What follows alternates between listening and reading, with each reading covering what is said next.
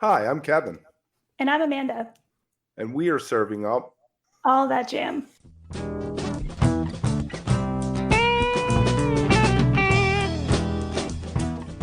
A lighthearted look at the weekend jam bands. Where we break down the jam scene's biggest stories, Talk new bands. upcoming tours, And show reviews. A little laughing, some hot takes, and an always positive message for the community. Week of December 5th, 2023, Helen Gillet. Welcome back. We are in December. Christmas is coming up quick. New Year's. We have a lot of interesting things to get to, so let's jump right in. How was your week, Amanda? Hey, Kevin. My week was good, and I am really, really excited for Strings and Soul, which is happening this week. Can't wait for that. Nice. So you fly out when? Tuesday morning, got the pre-night, night zero, which is great because then you get to hang out a little bit before the music. And I'm actually going to stay a couple days after it ends in town. So really looking forward to that. Yeah, it's always good to be able to acclimate yourself with a night zero.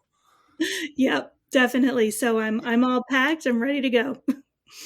Right, even though night zero this year at Dick's, I decided to go see Gorilla Toss, so it was not really a night zero, but Well, that's it's another fun. story. Nice entry point Was, into the week, right? They were great. it was fantastic. It was fantastic. I had a great time. It was more social. You got to hang out on the street out front and hear the band, and so I got Lamp coming up on Wednesday. Going to go check them out. We had talked to Russ Lawton about that. So that's going to be cool. And then other than that, I'm not sure. I think Karina Reichman is playing there's a lot of stuff going on actually. And I'm being a real poopy head because it's holiday season. I like sitting home. I got the tree up, Yeah, I know. I love that. I just love to sit there and just look at it.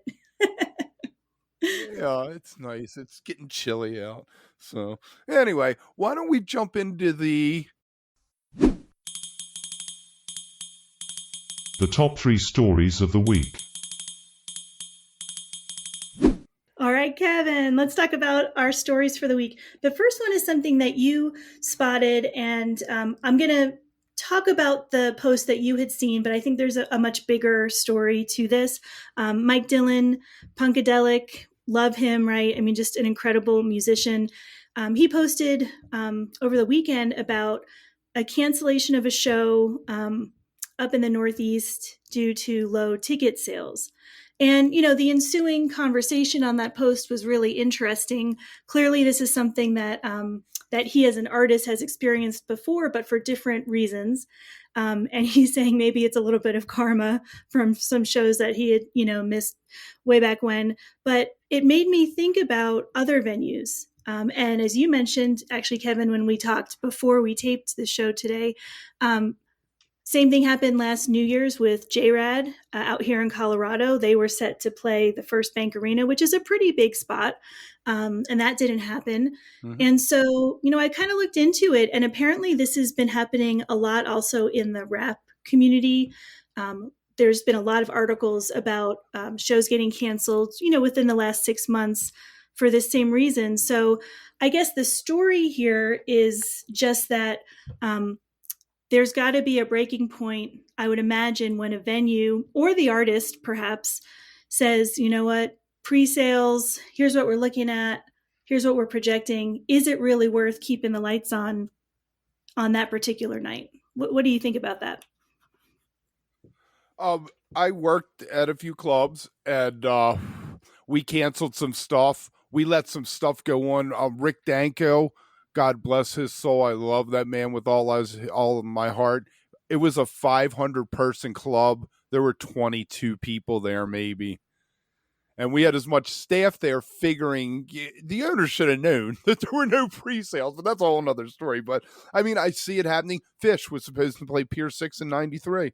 They canceled it. They played the next night at Wolf Trap, which was also scheduled, but they just didn't have the ticket sales. My kids were going to see some rap guy at Pier 6 canceled it. So apparently Pier 6 is good at doing that. But Smashing Pumpkins, They canceled a bunch in their 28 original lineup tour or whatever they called it. Some places they put tarps over the whole upper section of arenas because they were 17,000 seat arenas and they sold 8,000 tickets.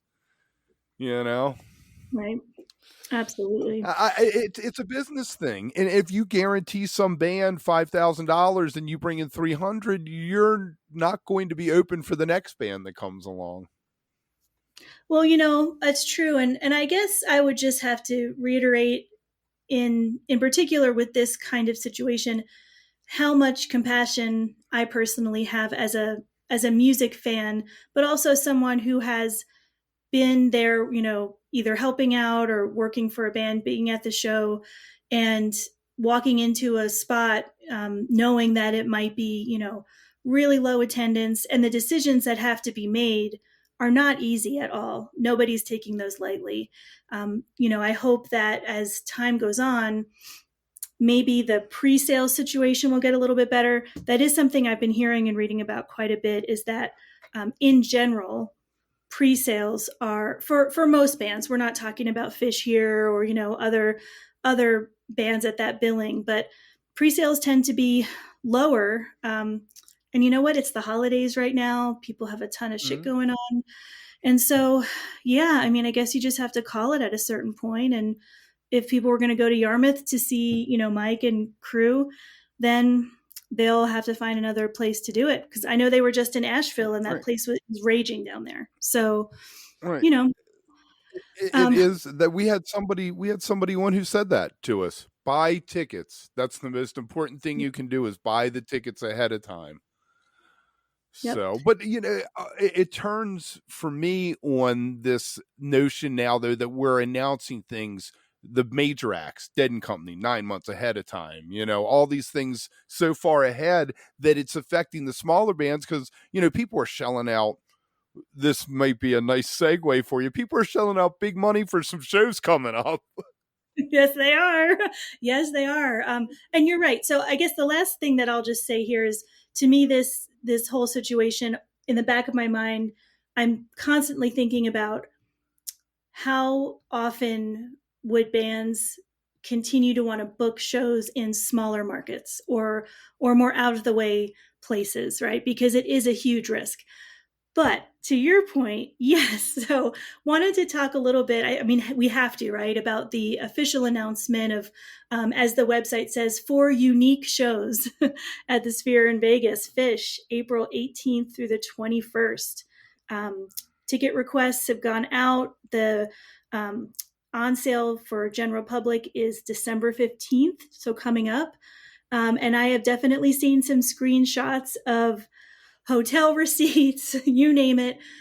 People are excited, but you know what, Kevin? There's also a lot of different opinions about this particular set of shows and the venue itself. So I guess I'll just leave it open. There's a lot to talk about here. Is there any direction you really want to go in first, and we can kind of take it from there? Well, let me ask you a question. Do you think when they say 4 unique shows that there's going to be some thematic thing where there's a set of 4, like 4 seasons? There's a spring night, or is it just they're making sure that everyone knows it isn't going to be like U2 and have the same show every night? Yeah. Like, is it going to be like a Celine Dion artist in residence situation that Vegas loves? So I guess just individually, as a person who loves themes, and I think that's one of the things I've always loved about Phish, is their ability to really dig in and, embrace a theme. I would love to see that. And I don't think anybody could really do it better than them, whatever the theme might be. I mean, it could literally be anything. So yeah, I would really love to see that. But whatever it is, I guess that word unique to me, I just kind of chuckled when I saw that on the website, because I thought, okay, way to leave it really vague. It's perfect. Right. My next thought was U2 had no gear on stage and there's no lighting truss. So Phish is just going to have their pedals out there? Are they still going to have the back? And what is CK5 just going to have to...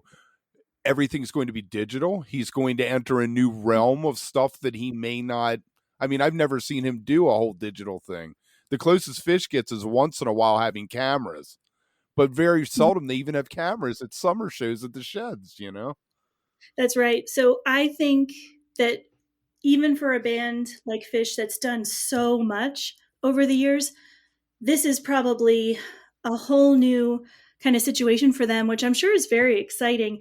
And, it did make me remember too that I guess was it last year when Trey, he kind of tested out that beam forming technology at the Beacon, right? Mm-hmm. So, I mean, Yeah. he's had a connection. Who knows how long they've been thinking about this? And that, I think, to me is also something that's always really fun is, these things take a lot of time, a lot of planning. So whatever it Mm-hmm. is, it's going to be incredible. And maybe that's just me as a homer, and I'm fine with that. I'm cool with it. Right. I can't wait to see what happens. I know that there are a fair number of people out there who are really concerned about the venue itself and whether they could handle, The the hype. yes. And I, even after the U2 shows kind of kicked off, I remember seeing some very specific posting from either people who work there or had attended, things to consider before you walk in the doors, basically. So I think that no matter what, there's going to be a lot to talk about. I hope as it gets a little bit closer, maybe they'll drop some hints on what they're going to do. That's always really fun. Right.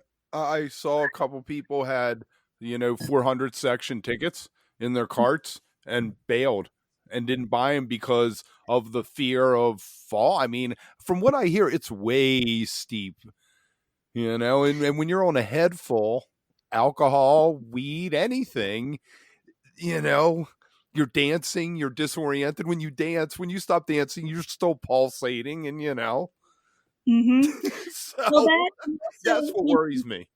yeah. Oh, absolutely. And then I don't really know if this had been addressed, but also I remember reading early on too that 400 level, 300 level, there's issues with sight lines apparently from a number of spots within the venue. So, you think you're paying all that money, you're going to get the hotel, the whole deal, right? And then you get in there and maybe you really can't see compared to what even we're used to at bigger venues.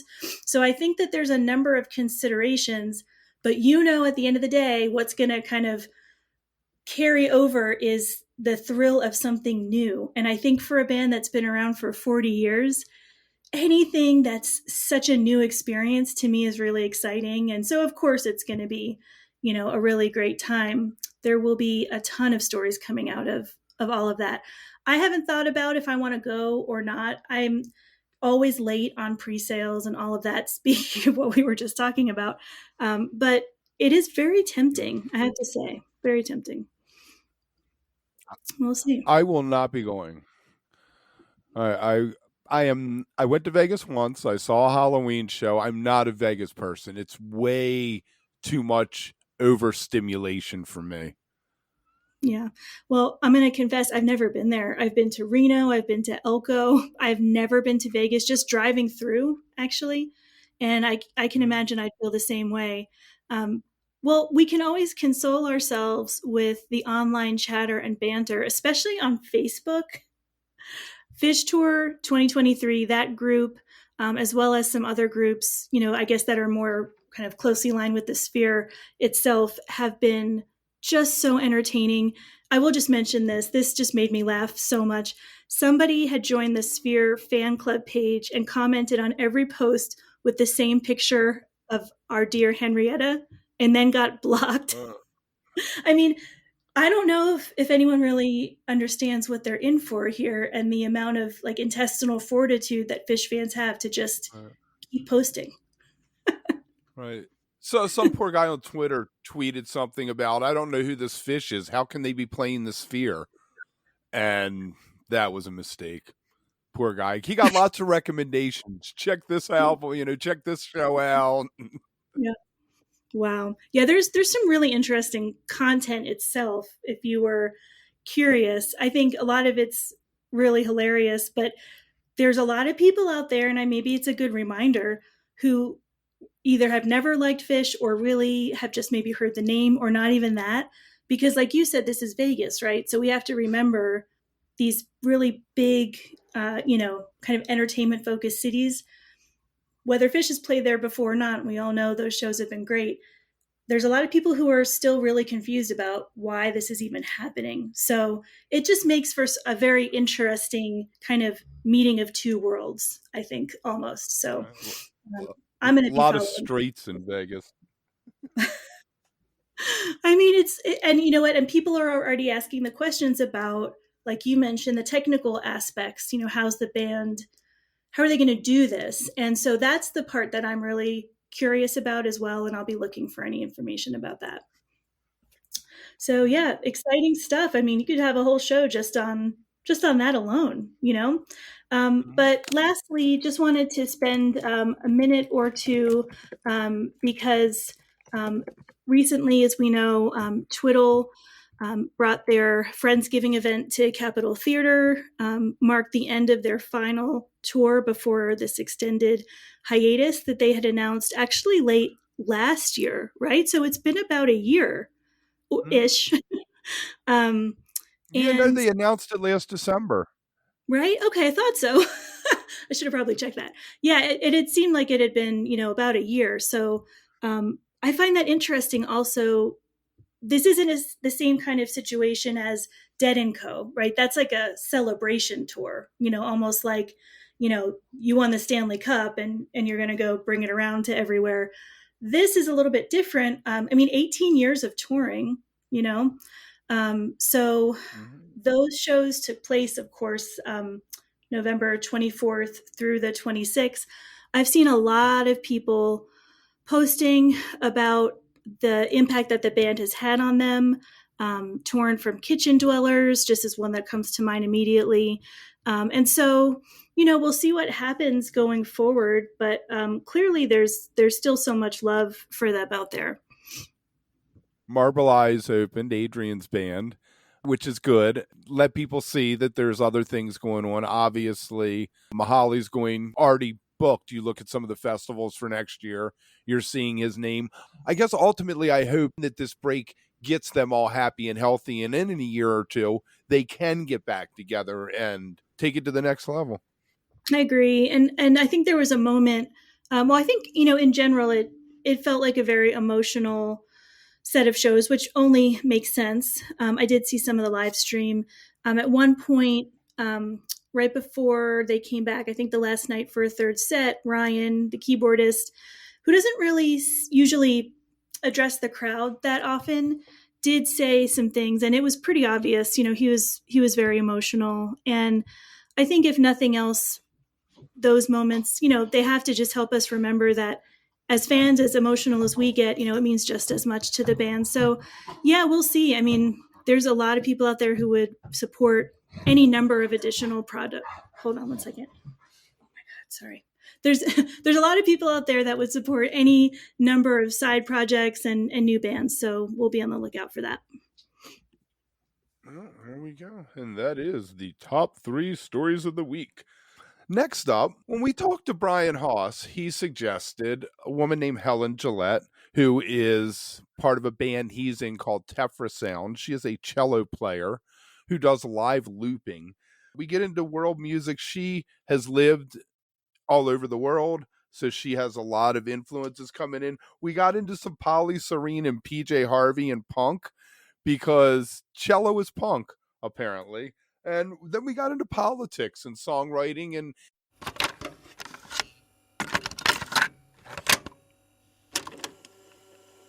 where I was going was, you've lived and performed all over the world, including Belgium, Japan, France, China. How have these experiences influenced your music and creative process? Yeah, I growing up listening to all these different languages was a big part of my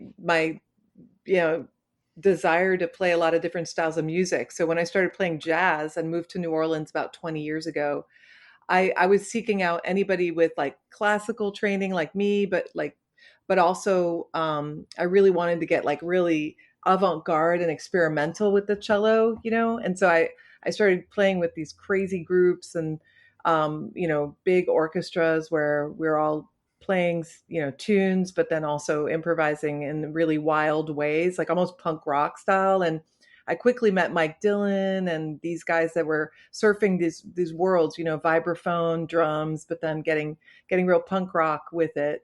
And then also, all the funk music, learning how to really feel the groove in that way in New Orleans language and terminology. Like, I really wanted the cello to bust through all the walls of like, oh, you can't put a cello in that band. I was like, oh, try me. Like, let's go. Let's bring it into the Mardi Gras Indian Orchestra. Let's bring it into that galactic crew, into let's get it into the canon that is New Orleans music, because it's a great instrument. It's super versatile. You can play it like a bass or guitar, violin, it's like, so I think that because I had like a really worldly childhood, I never saw like boundaries or obstacles for like, not like getting along with different people from different, like I could play classical music one day and then go play a funk jam that lasted 8 hours the next day. And then go and play in a medieval band and then a tango band, rock bands, like everything. I'm just really into learning music, and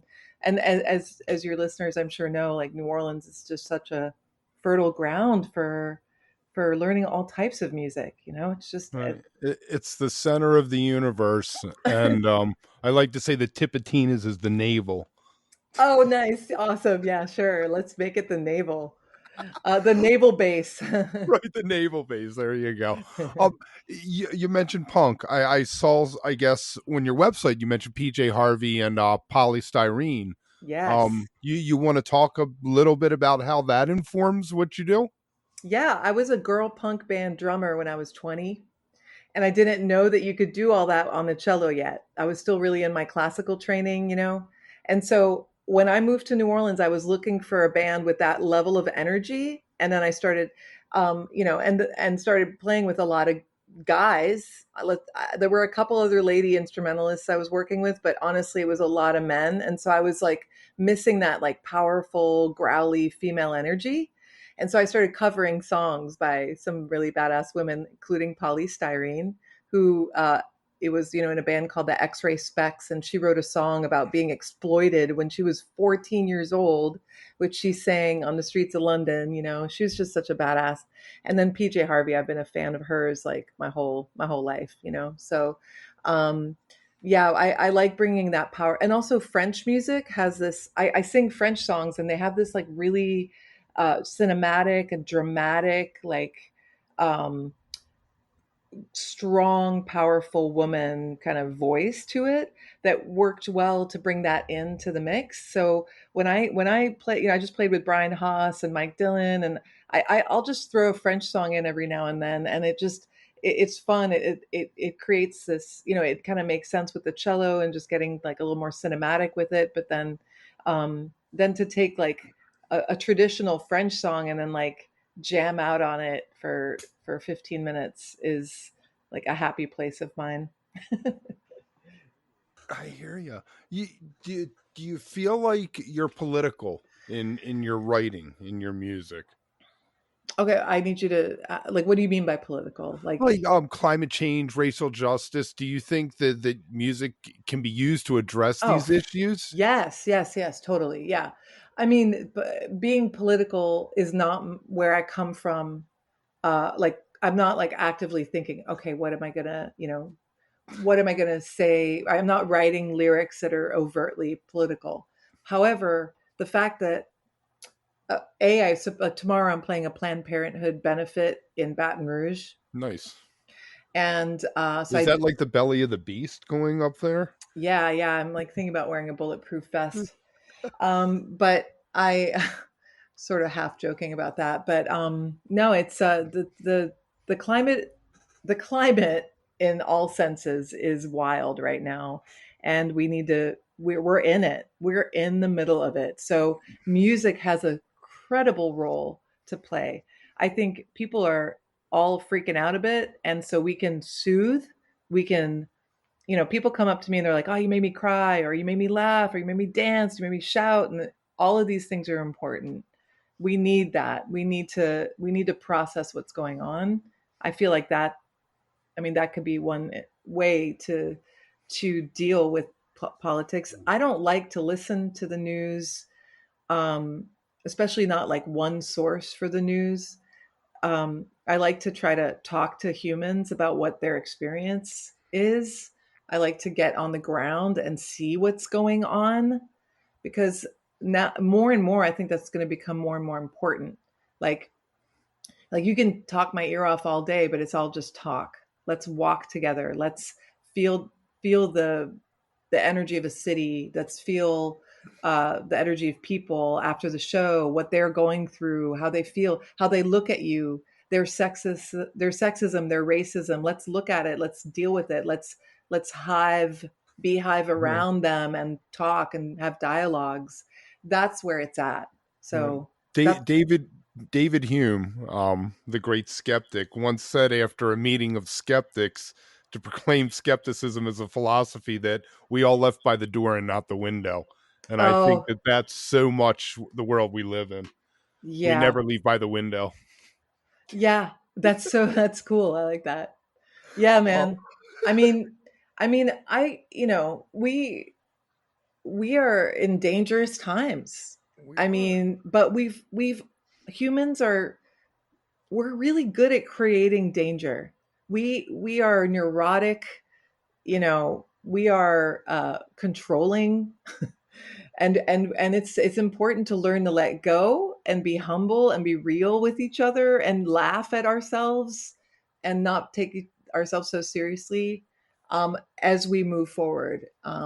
So yeah, but I mean, I will defend human rights at all costs. I mean, we need to treat each other well, um, and so I do believe in that, and I I'm still learning too. I'm constantly, I feel like the real change that, I mean, this is sounds cheesy, but it's so true. It starts within.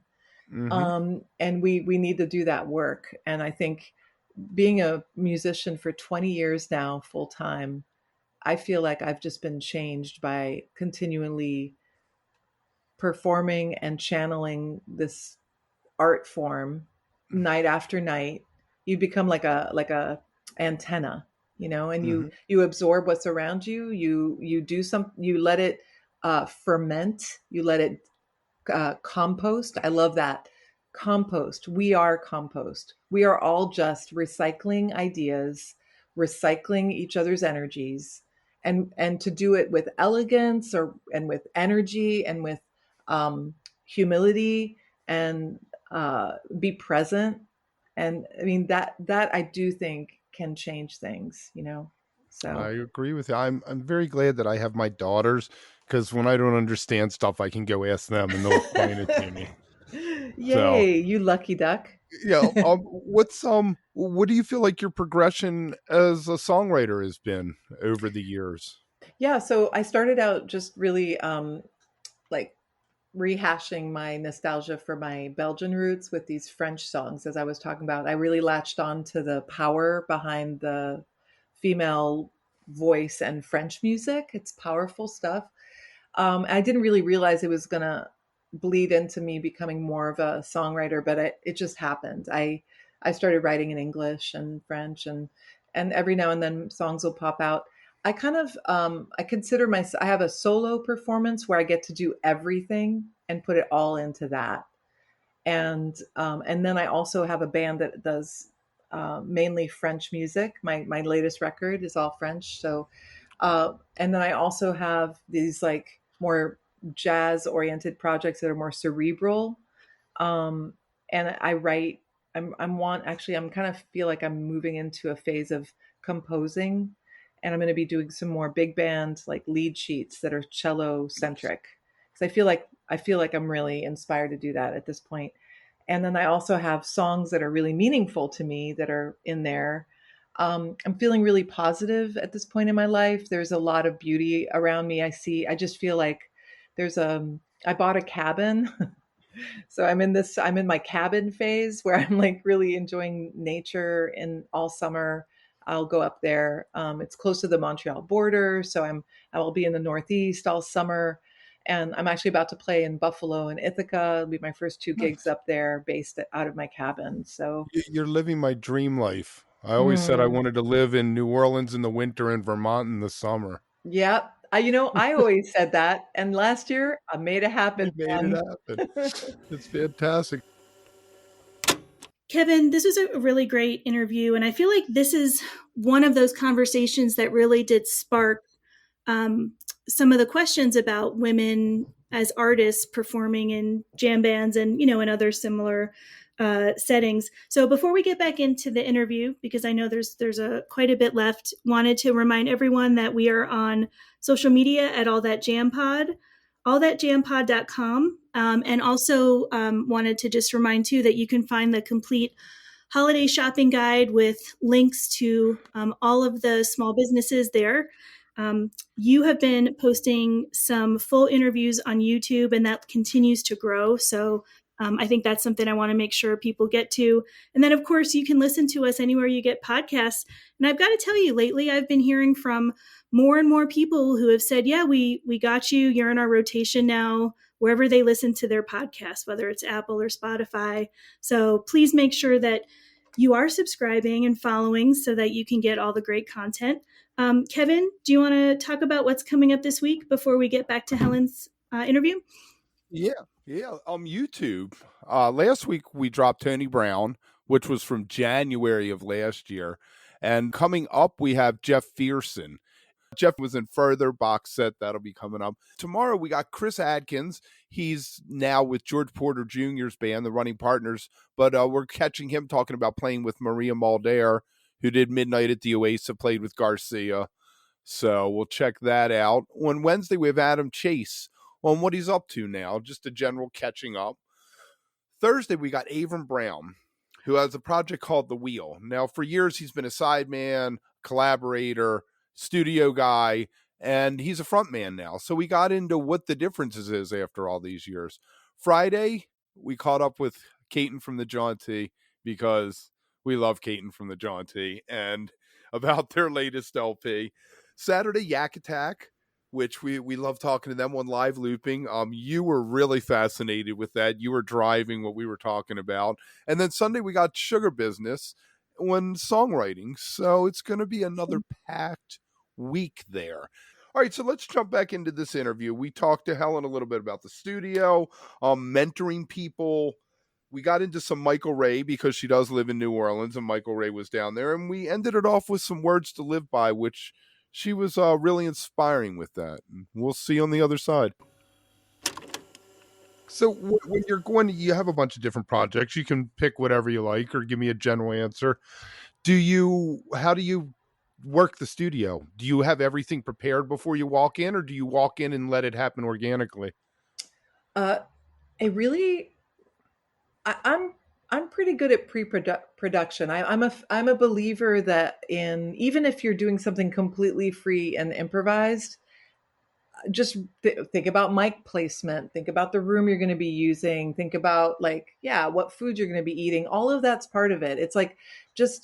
It's just like creating an easel and the canvas and making sure you've sharpened your pencils. You know what I mean?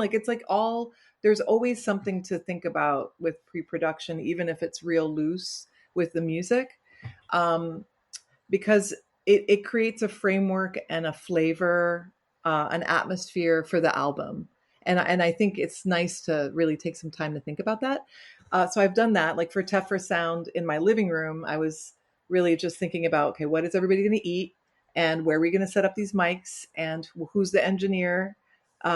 Make sure I meet with the engineer, make sure all the inputs are exactly right. And, all of that's really, I like being on the ground floor. I've become I feel confident for the first time in my mixing skills as a mixing engineer. I'm starting to mix the next Tefra Sound record. I have actually mixed myself completely alone.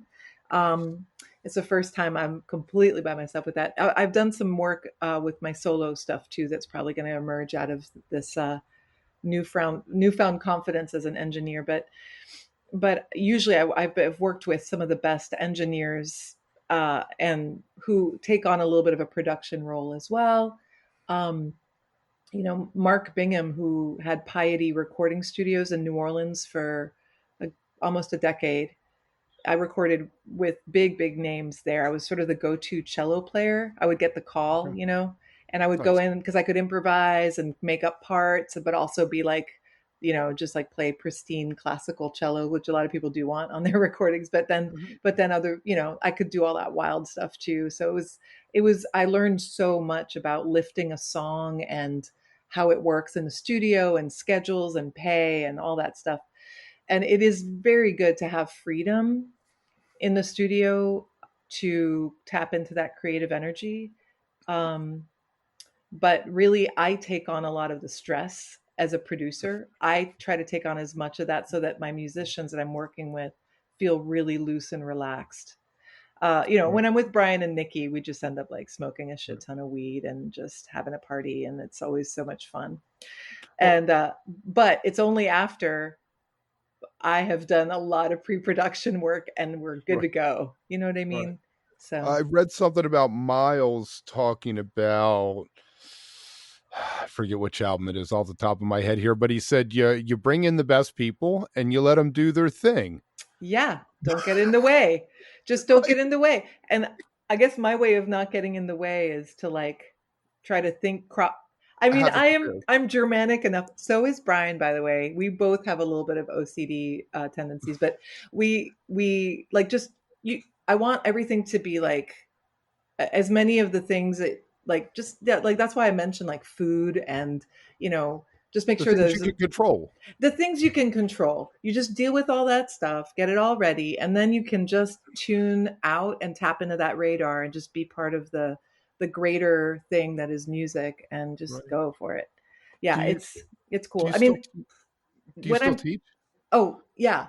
Oh, I was just gonna say when I'm doing song-based Yeah. recording, that that's another level of production that you need to be prepared for the song to go to have the length and the flow and let people know when solos are happening. That's also part of the pre-production, and Do you I use a have done that. metronome when you do that? No, no metronome. Okay. No. Or what do they Mm-mm. call that? A click track. Somebody No was telling click me that track. they Oh got they yeah. got forced to use a click track and it really helped the song come together because they were just it was a little bit off and whoever the producer was like you got to use a click track on this. I mean, they are useful. They're useful for certain things. Yeah, just to hold it together. If you're doing a lot of overdubs, the click track is useful. But honestly, I've recorded a lot without using the click track in live time in one room, which is really my favorite way of doing anything. But it's also fun after the fact to go and improvise, and add layers after that too. But I mean, I am blessed. I work with some badass motherfuckers. They can listen to anything and make it pop out. It's Miles Davis is right. You just hire the best. That's it. Period. Let them come in and do what they want. Yep. So are you still teaching? Uh, I never have taught full time, and I've never really been I've been so busy being a performer that I haven't I did some summer camp teaching when I was younger, and I did like a improvised soundtrack class Hmm. and looping class. Every now and then though, what I really enjoy doing, and I'm thinking about doing a series over the summer from my cabin, um, that's just looping lessons. People ask me constantly for lessons in how to loop and and string players as well as other classically trained instrumentalists. They'll talk to me about like, hey, how do I loosen up and how do I tap into more creative improvising? And they might, even improvisers that are like kind of stuck in one genre, like they improvise really well in folk music or Right. really well with like tango or trad jazz.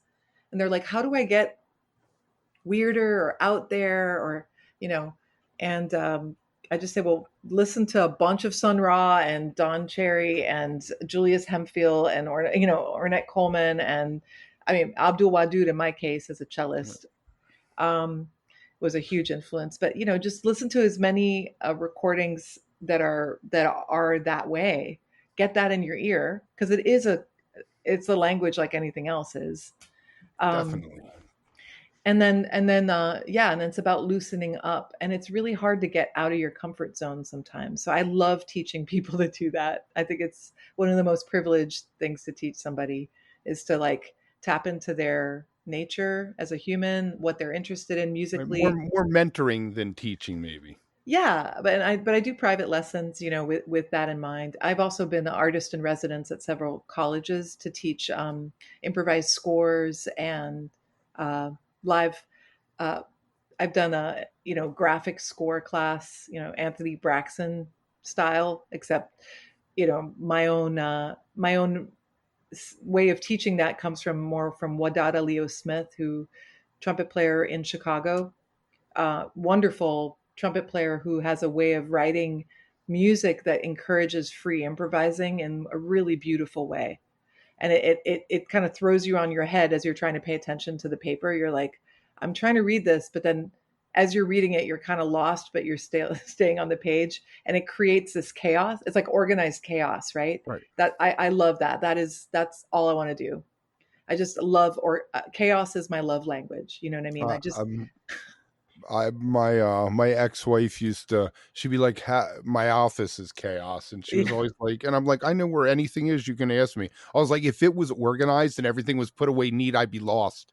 yeah, I'm cut like you. Like that's me totally. I mean, I do like things to be neat sometimes, but the truth is, when it comes to my music, it's got to be complete chaos, and then you find, it's that settling. It's that finding that one thing you could, I need to like splatter the paint all over the place, and then like all of a sudden the shape will come about, and I'm like, that is gorgeous. I love that. It would have never happened if it wasn't total chaos. Right. So, and I really love, I just love that space. I'm really attracted to composers and musicians that have found ways of writing and composing and directing. I mean, John Zorn and all that stuff, but like, direct, Frank Zappa, hugely Right. inspiring to me. Just organizing all that chaos in a way that you need to be a good curator, and you need to know how to frame something.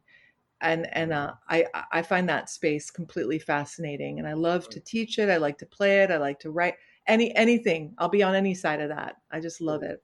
Sun Ra, same Yep, thing. totally. In fact, Um, two guys that worked with Sun Ra, I met my first year moving to New Orleans, and I got Michael to Ray. Michael Ray and Jimmy Hops, who went by Jimmy Spirit at the time I met him, and the lessons he tried to teach me were like way beyond what I was ready for.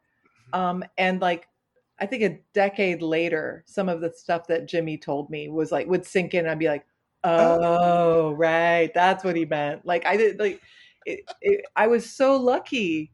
And then Michael Ray told me I had big ears, like in a nice way, Right.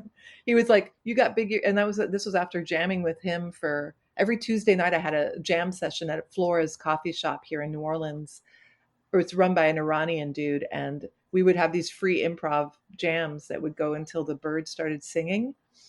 And Michael Ray showed up with his pocket trumpet, and I'm like, wow, who is that? I didn't know. I didn't, and everyone was like, oh, that's Michael Ray with, he played with Sun Ra. And he actually told me after one of those jams something that made me feel like I could do it, that I was on the right path in my life. And he was like, you got big ears. You're really, really listening. And Nice. that's what it takes to be a good improviser. You gotta listen. Definitely. So let me wrap up with the tough question.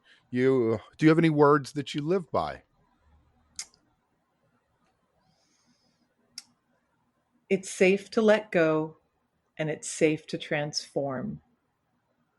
There you go. Very nice. I It's like like I prepared it or something.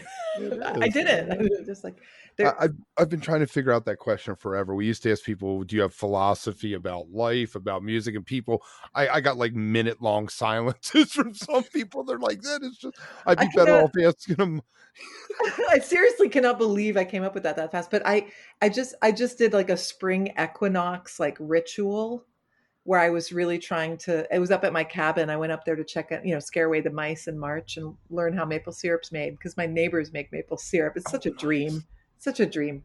I'm so blessed. So, That's um, but fantastic. but yeah, I did a whole little spring equinox ritual about, and I wasn't sure where it was going to lead, but that's what popped out of that was like, um, you got to feel safe. It's you got to feel safe, and once you feel safe, letting go and transforming, then you allow that to happen, and that's Become where the butterfly. yes, exactly. Fantastic. All right. Yeah, Amanda, I've been thinking a lot lately about Twitter, whatever it is now, disappearing. And I feel like all the tribes scattered. You have the Mastodon people, you have the Blue Sky people. Some people are doing the Instagram thing, threads, whatever that's called. I really wish there was a music based social media thing for everyone. Kevin, it's so interesting that you mentioned that because recently I have been very fortunate to get involved in what is still in the conceptual phases. Let me start it. What is still in the conceptual phase, a new app currently called Festie Pass. And the goal is to remove everything but the music from social media. And so I think for us and anyone who really is into that live music experience, I can tell you for sure that my family and a lot of my friends have no interest at all in hearing about the shows that I went to last weekend. And I really only want to hear about the shows that other people went to and to meet more people who are into the scene like me. As the years go by, that is more and more important in my life, especially after the last 3 or 4 years. And so the vision of her name's Anne Marie Jacquard. She was an MTV VJ. She worked at Sony, basically music videographer and journalist, is to create something that would kind of be an all-in-one shop, right? You're going to get your news feeds, exclusive content, get to meet people, find out where other people are going to shows, post your pictures. I mean, you name it. And it's called Festie Pass. We're really excited. And yeah, we're at this point now just looking to get some feedback from people on what they would like to see. What would make something really valuable for them that you go back to over and over again. Right now, people can head over to Facebook. I think is where I saw the post about it. If they'd like to get involved and have their voice heard, as what they think this thing should be built out to. Yeah, I'd say probably the easiest place to go would be either festiepass.com, and there's just a link to the questionnaire there. Also, you could look for it on social media. Festie Pass was actually not taken. It always surprises me, especially in this day and age, what handles are still available. You would think it would be impossible to get just about anything. But I want to just say, for myself, on a personal level, the ability to mix tech with music is very exciting, and these things can be done well. There are very few good festival or live music focused apps out there. And so I think there's definitely a need for that. There you go. So you have anything coming up? Oh, you have the Strings and Soul. What am I thinking? Oh, yeah. So you didn't tell me who was playing.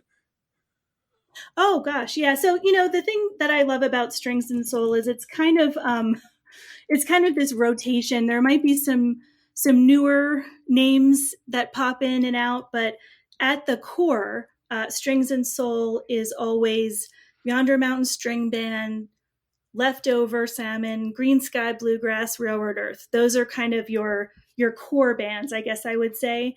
And then we've got Del McCurry this year, Lindsay Lou will be there, Little Smokies, and then Sierra Hull and Justin Moses are the special guests. So they'll most likely be rotating, in and out, which I'm really excited about.